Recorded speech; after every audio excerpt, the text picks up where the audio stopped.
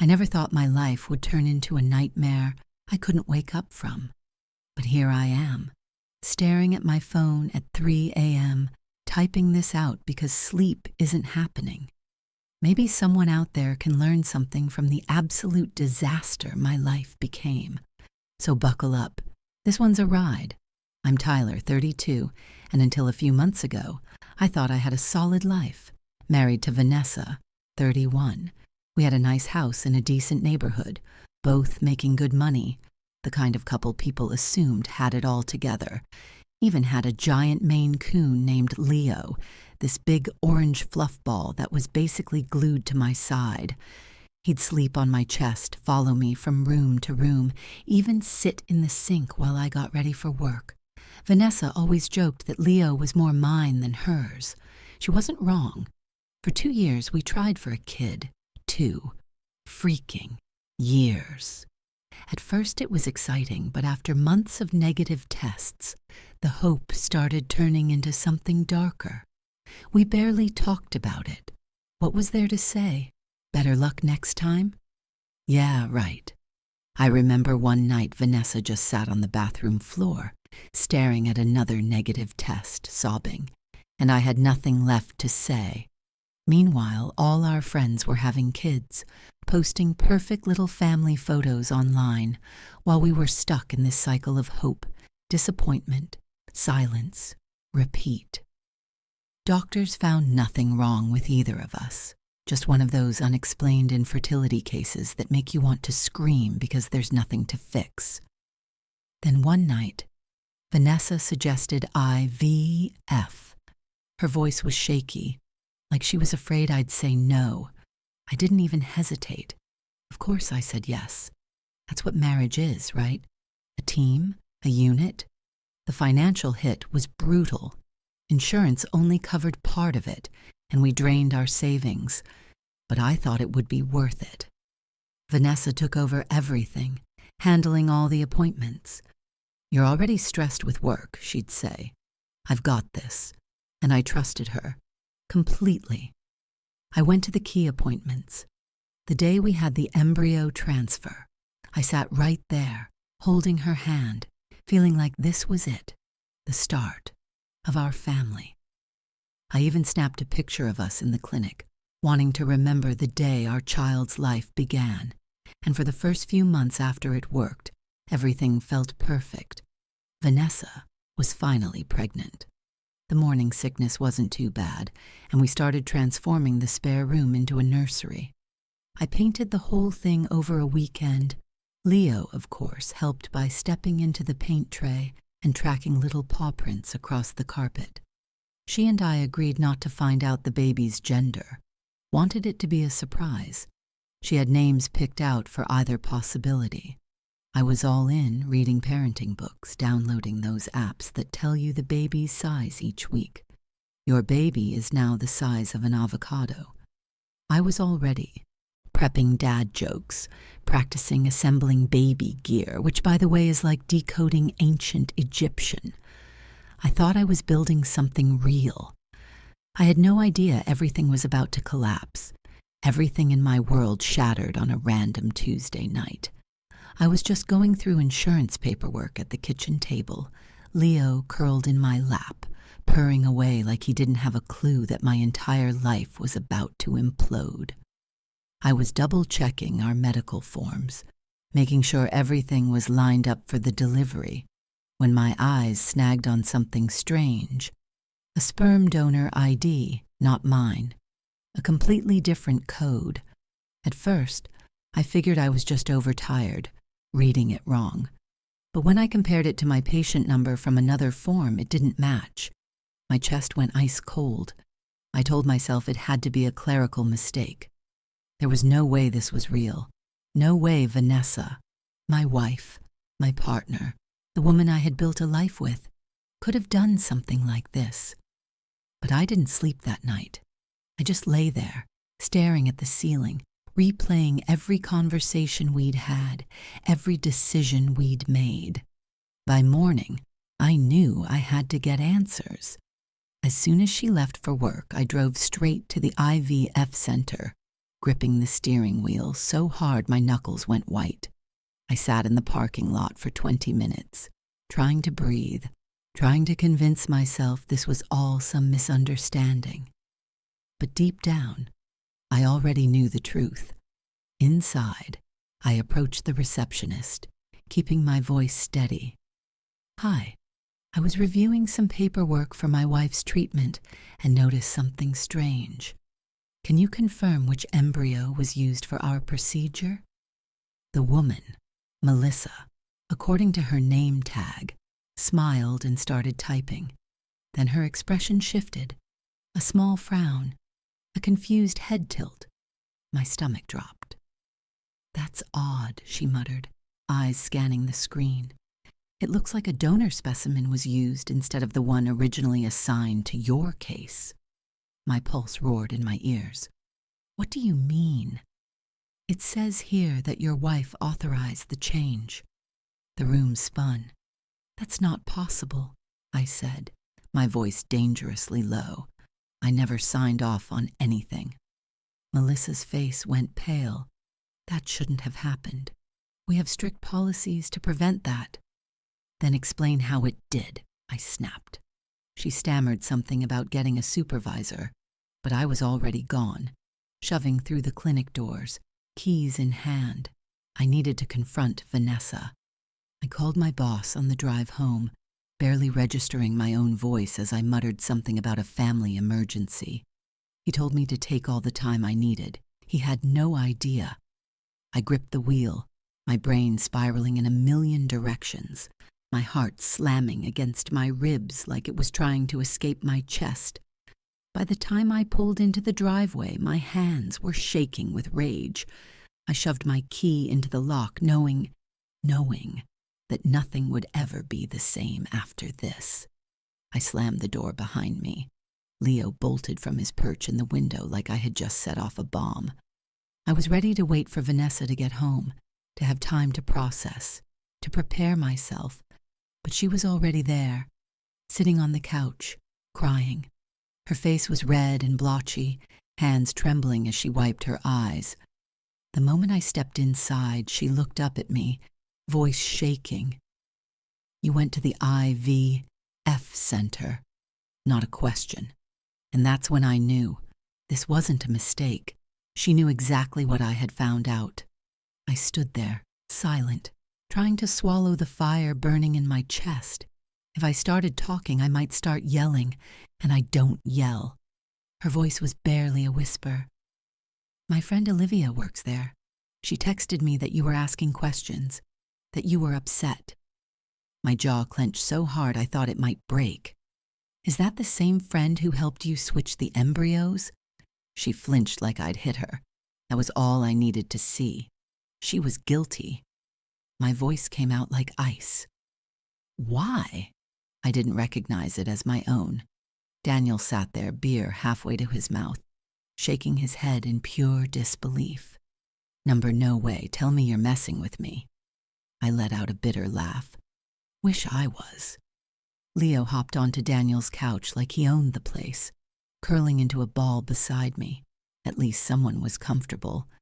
I stared at the condensation on my beer bottle, still trying to process the disaster that had become my life in less than 24 hours. "She swapped out my embryo, Dan. Lied to me for months. Planned to have me raise some other guy's kid without ever telling me." Daniel exhaled slowly. "That's not just messed up, man. That's fraud. That's straight up insane." I nodded, the weight of it all settling like a lead brick in my chest. And you know what the worst part is? She really thought I'd just go along with it. That I'd never find out. Or that when I did, I'd just understand. Daniel slammed his beer down. "Understand what? That your wife thinks your genes are defective? That she decided to rewrite your family without your consent? Nah, man. This isn't just a breakup. You need to nuke this from orbit." And for the first time that day, my brain snapped out of survival mode and into something colder, sharper, strategy. Daniel was right. This wasn't just some messed up betrayal. This was war. I wasn't about to let Vanessa get away with rewriting my life like I was just some side character in her perfect little narrative. She wanted control. She wanted to make unilateral decisions. Fine. I'd show her what it felt like to lose everything. First thing I did was call a lawyer, not just any lawyer, a divorce lawyer who specialized in high-stakes cases. Told him everything. The fraud, the forged medical consent, the financial manipulation. The moment I mentioned Olivia at the clinic, his interest piqued. "You realize this could have legal consequences for her, right?" he asked. "This isn't just a divorce case. It's potential medical malpractice, maybe even criminal fraud." Good. While my lawyer started drafting up the papers, I went scorched earth on everything else. I called the clinic, demanded a full audit of my case. Turns out, once you start throwing around words like legal action and violated consent, people start taking you very seriously. Then, I made sure Vanessa wouldn't get the chance to lock me into anything financially. Froze our joint accounts, moved my direct deposit, took my name off the nursery credit card she'd opened under our names, let her figure out how to pay for the baby she chose to have alone. And then I made sure everyone knew the truth. I wasn't about to let her play the victim, painting me as the villain who walked out on his pregnant wife. Oh no. I sent the receipts. Her family, our friends, even a few of her co-workers, people who'd been gushing about her glow and our happy little family. I didn't even have to editorialize. Just forwarded the cold, hard facts, the IVF records, the donor switch, the proof of my missing consent. Then I sat back and watched the fallout. By the end of the week, Vanessa wasn't just losing a husband. She was losing the entire illusion of the life she thought she could manipulate into existence. Daniel clapped me on the back that night, grinning. "Damn, man. Remind me never to piss you off." I smirked. She thought she could erase me. She thought I'd just roll over and accept it. But now she's the one who's been erased. Leo meowed from the couch like he agreed. Vanessa wanted a life without me in it. Now she had exactly that. And I had my freedom.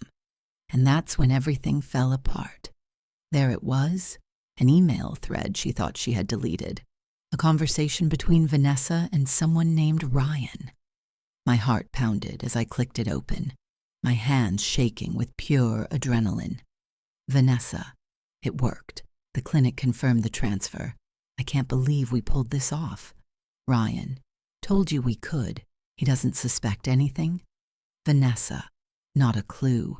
He thinks it was an anonymous donor. We're in the clear. Ryan. Good. Our baby's going to have everything. The life we always wanted. Vanessa. I can't wait to tell him once the baby is born. By then, it won't matter.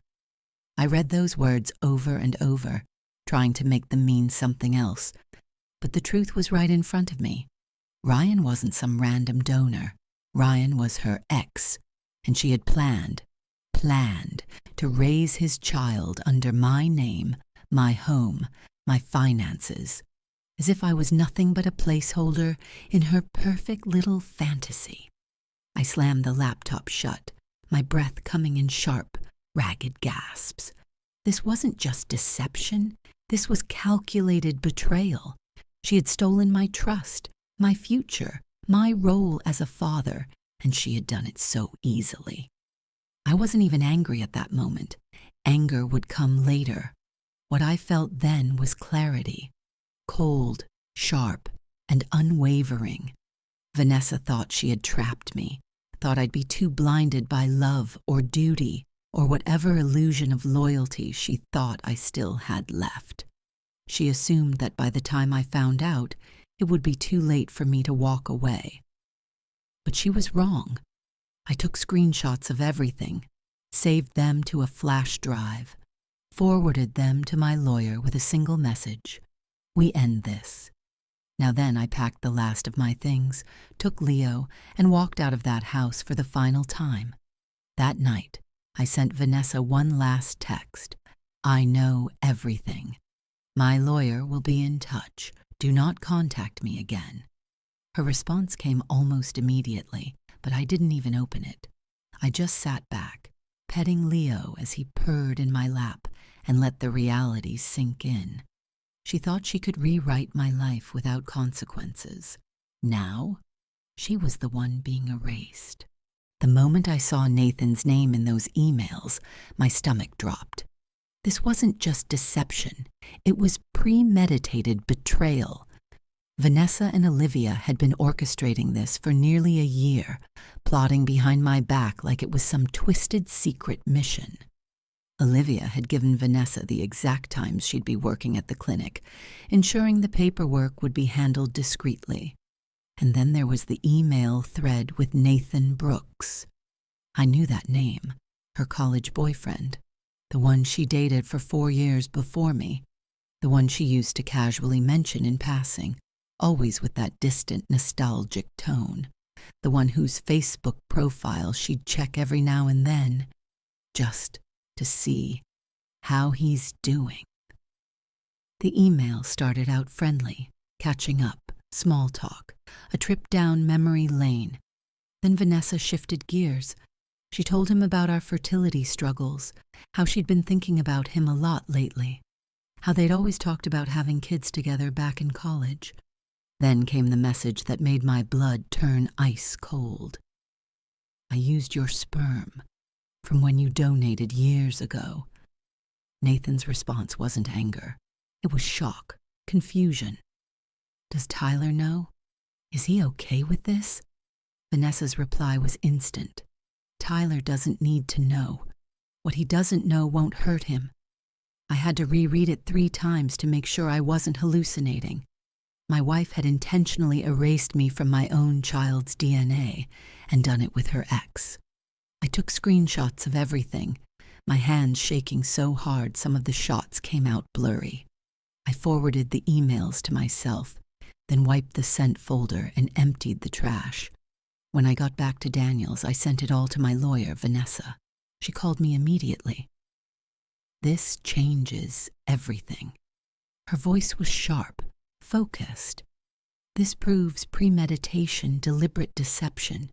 The judge is going to have a field day with this. What's our next move? I asked, disturbingly calm. We keep gathering evidence, she paused, and we find Nathan. It wasn't hard. A quick search pulled up Nathan Brooks, physical therapist, working at a clinic 30 minutes away. His face was instantly recognizable from old pictures Vanessa had shown me years ago. Tall, athletic, the perfect genes type, the kind of guy sperm banks love. I made an appointment under a fake name, probably not the most ethical move, but at this point, I wasn't interested in playing fair. When I walked into his treatment room, instead of the Daniel Johnson he was expecting, his reaction was priceless. First, shock, then recognition, then guilt. He didn't even try to fake it. Tyler Sae, he breathed, frozen in place. What are you doing here? I shut the door behind me. I think you know exactly why I'm here. To his credit, he didn't deny a damn thing. He just sank onto his stool, dragging a hand through his hair. She told me you agreed to it, he admitted, that you two had decided to use a donor and that you were fine with it being me. I let out a cold laugh. And you believed that? That I'd be okay with my wife having her ex-boyfriend's baby? He winced. Looking back, no, it doesn't make sense. But Vanessa can be convincing, I finished for him. His silence said everything. Nathan might have been manipulated, but I wasn't here to feel sorry for him. I was here to end this. Her words hung in the air, desperate, like a last-ditch attempt to stop the inevitable. I'm pregnant. I didn't flinch, didn't react, didn't give her the satisfaction of thinking that sentence still had any power over me. Instead, I just slipped my phone into my pocket, keeping my voice calm, calculated. Yeah, Vanessa, I know, but not with my child. She stepped forward, hands trembling, like she could somehow undo what had already been set in motion. Tyler, please. I know I messed up, but we can fix this. We can still be a family. I let out a quiet, humorless laugh. A family? Vanessa, you spent years planning to have your ex-boyfriend's baby behind my back. You lied. You manipulated. You committed fraud. You made damn sure I was nothing more than an ATM in this situation. And now? Now you think a few tears and a home-cooked meal will fix it. Her face crumpled, but I wasn't done. Here's the reality, Vanessa.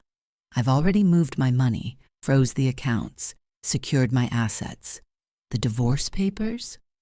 I pulled them from my jacket pocket and tossed them onto the perfectly set dining table, the one she thought would make this feel like a reconciliation instead of what it really was, the final nail in the coffin. They're already drafted. You'll be hearing from my lawyer first thing in the morning. She grabbed the papers with shaking hands. You can't do this. I can, and I already did. The panic in her eyes was instant. She had expected anger, expected shouting, expected me to crumble under the weight of her betrayal.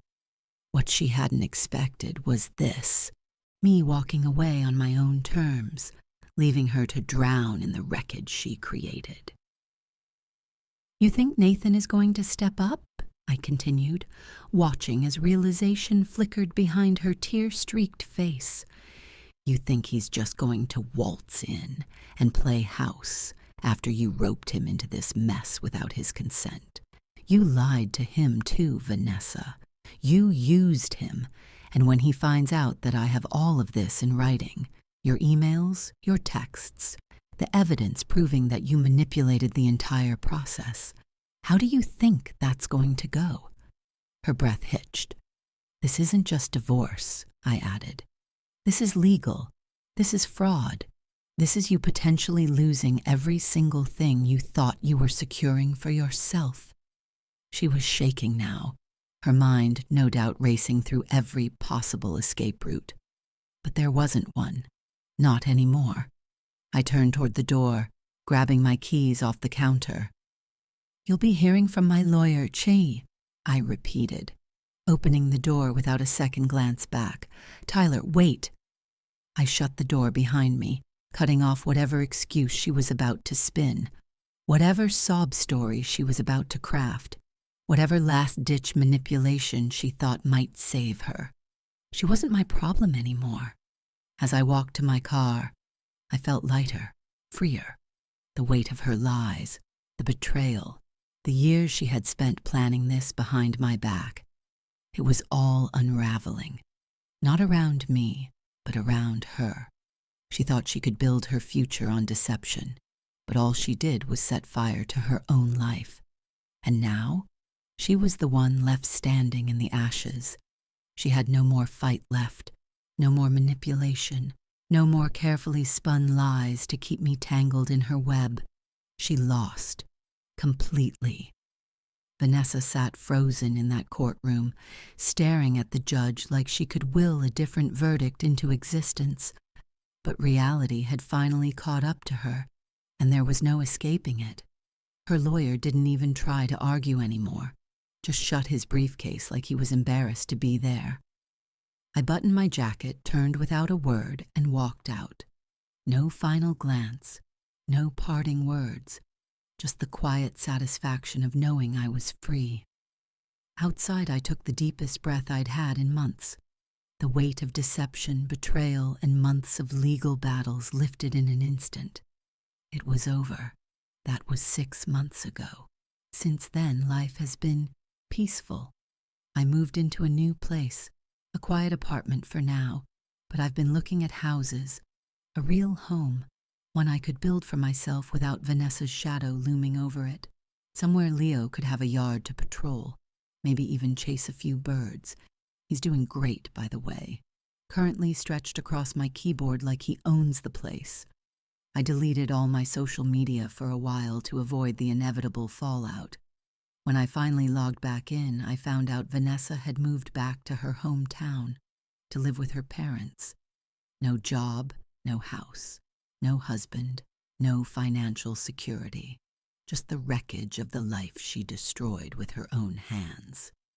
I didn't feel sorry for her, not even a little, because in the end, she didn't just betray me.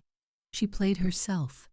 The baby was born last month, a boy. I only know because mutual friends still talk to Vanessa. I try not to think about it. Looking back, it's almost surreal how fast someone you trust can become a total stranger.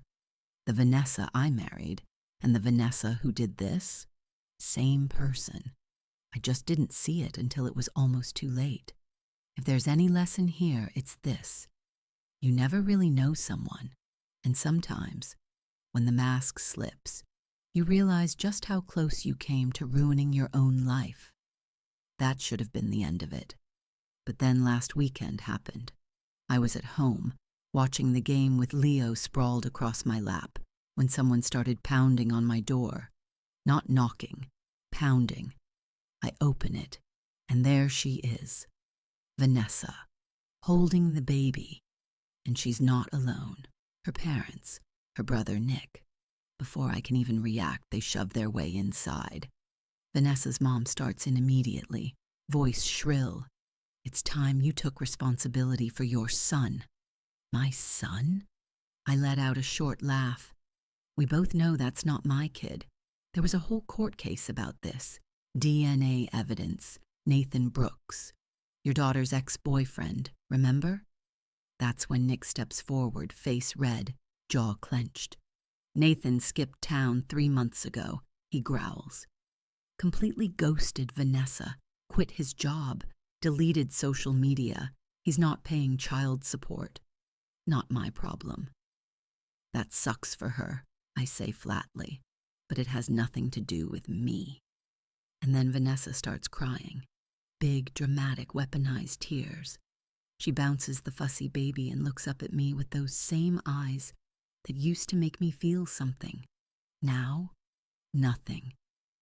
I made a mistake, Tyler. A horrible mistake.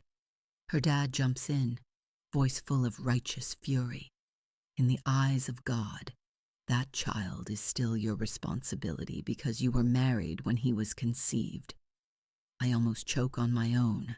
Disbelief. Then Vanessa actually has the audacity to try gaslighting me to my face. Look at him, Tyler. He could be yours. We don't really know for sure. Her mom nods vigorously. Those DNA tests can be wrong. Look at his eyes. They're just like yours. Unreal. Get out. But Nick, he shoves me. You're really gonna abandon your wife and child? I step back, stare him dead in the eye. She's not my wife, and that's not my child. And if you touch me again, I'm calling the cops. Vanessa falls apart completely, sobbing. Please, Tyler, I can't do this alone. My parents are helping, but I had to quit my job. We're barely making ends meet. And for a second, just a second, I almost feel bad. Then I remember everything, the lies, the deception, the months of manipulation. Nick tries to step toward me again, but his dad yanks him back. And then Nick makes a mistake, a big one. You'll regret this. We know where you work. We know your parents' address. I pull out my phone and hit record. Are you threatening me? Should I call the police now, or would you like to leave peacefully? That shuts them up. They storm out, but Vanessa's dad just has to get the last word. This isn't what a real man would do. I shake my head. A real man doesn't let himself be manipulated. The next day, Vanessa's family tried reopening the case, but my lawyer shut it down instantly. The DNA results were final. I installed security cameras that same day, documented everything, gave my boss a heads up about the threats. Nick's comment about knowing where my parents live, that one stuck with me. Leo's been extra clingy since that night, sticking close like he knows something went down. Honestly, I've never been more grateful for that cat. Edit. Thanks for all the support. Yes, I filed a police report. No, I don't feel bad for Vanessa. I feel bad for the kid, but feeling bad doesn't mean I'm responsible.